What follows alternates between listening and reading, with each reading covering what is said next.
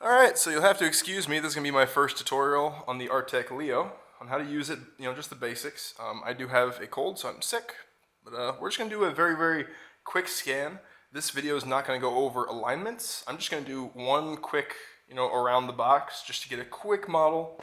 And likely the next video is going to be showing how to align multiple scans when you want to do a full coverage, upside down, left, right, yeah, front and back, all that stuff. So this is the Artec Leo screen here. So you got texture brightness. If your subject is very, very dark, increase that. The range will actually change how far the Leo is detecting things. It's very useful. You'll see how it's blue there. That means that it's too far away. If I move a bit closer, it'll be green, and that's where you want to stay, is in the green area. But for this, because I know like how far away it's going to be roughly, 1 meter is perfectly fine. I have the distance overlay, or the overlay of distance. And yeah, once you're ready, you just press the trigger and you're good to go. So we'll go over to the screen capture of the Leo. So I'm going to start scanning right now. Okay, so I'm just going to walk around here and you'll see how fast this is.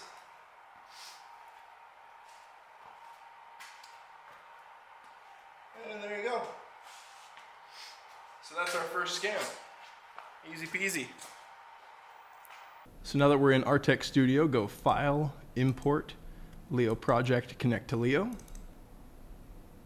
There's our project. We'll import. And there we go. This is the raw data. So this doesn't look all that great, but still very impressive. You can see, even with this, even though it's not a mesh, it's just the raw data being kind of shown to you. That's very clear. So first things first is we'll go to the editor. We'll go to Eraser Tool and Base Selection. We can just hold Control and left click, make a little draggy motion, and it will detect what is the base. Now it will grab a little bit of that, which is fine. Again, when you do multiple scans and you're getting everything, all that's going to come together. So you'll see that in the next video. But we'll click Erase on that. Then we'll come to Tools, Global Registration. The default 0.3 is perfectly fine. That means that 30% of all the frames, which in this case is only 235, it was a very quick scan, 30% of those will be used to find out how best to align the frames. And we'll click Apply. Again, just the default settings. And then Sharp Fusion. Leave it again at the default settings. For this one, it's an incomplete model, so there's going to be a big old gap down here. We'll see what watertight does. Now, my Artec rep, Kevin from Laser Design, he mentioned to me what all these are, and I'm still learning. I've only had this for a month, so I'm still learning, but I want to make some videos to help some people out. But watertight will basically fill this area with a blob, essentially. It works great for most models. In this one, we might want to go with a radius smaller than rather than watertight, but we'll see what this looks like. Okay, so there we go. I filled it with a blob. But yeah, this is just the mesh. So this is like all the data that you can see from the cardboard, all the imperfections and things like that. But check this out. You can actually make out the word Chromebook there. That's cool. I never get tired of that. Small object filter, because we do have some floating things. It'll just get rid of everything except the largest. And then we go to texture. And you could, at this point, you could go select the raw data and then go to texture. But I like to just select what textures I want to use from here. We'll just use a 4K texture that's perfect for this size. You can go up to 16K, which is great for large models like interiors of vehicles and things like that. We'll click Apply.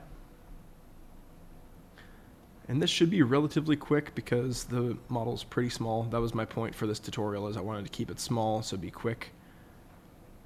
I'm sure there's going to be a lot of skipping, and hopefully my voice comes through clearly because, again, I'm recording this on the machine that I'm doing all this rendering on, so the CPU is being used at 100%. So the video may skip, the audio may skip, who knows? We'll figure it out in post, right? Okay, so here we go.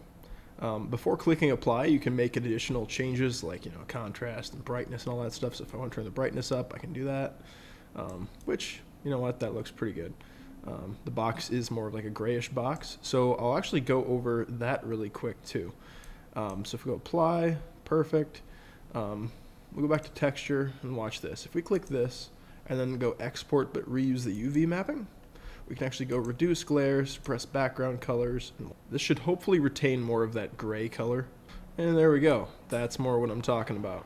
So that's why you want to use, reduce the glare and stuff, because again, it's shining a very bright LED to take nice, sharp, clean images.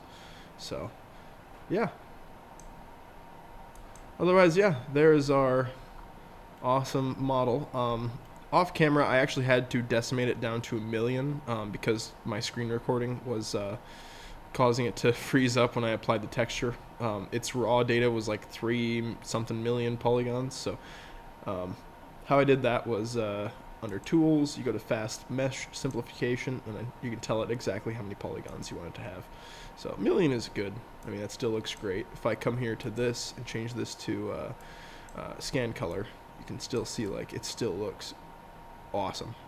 So yeah, that is it for the first video. Hopefully this helps a little bit. The next video, I'll be continuing on from this one, going back and just adding a scan to the project, and we're going to do the entire box showing aligning. So thank you for watching.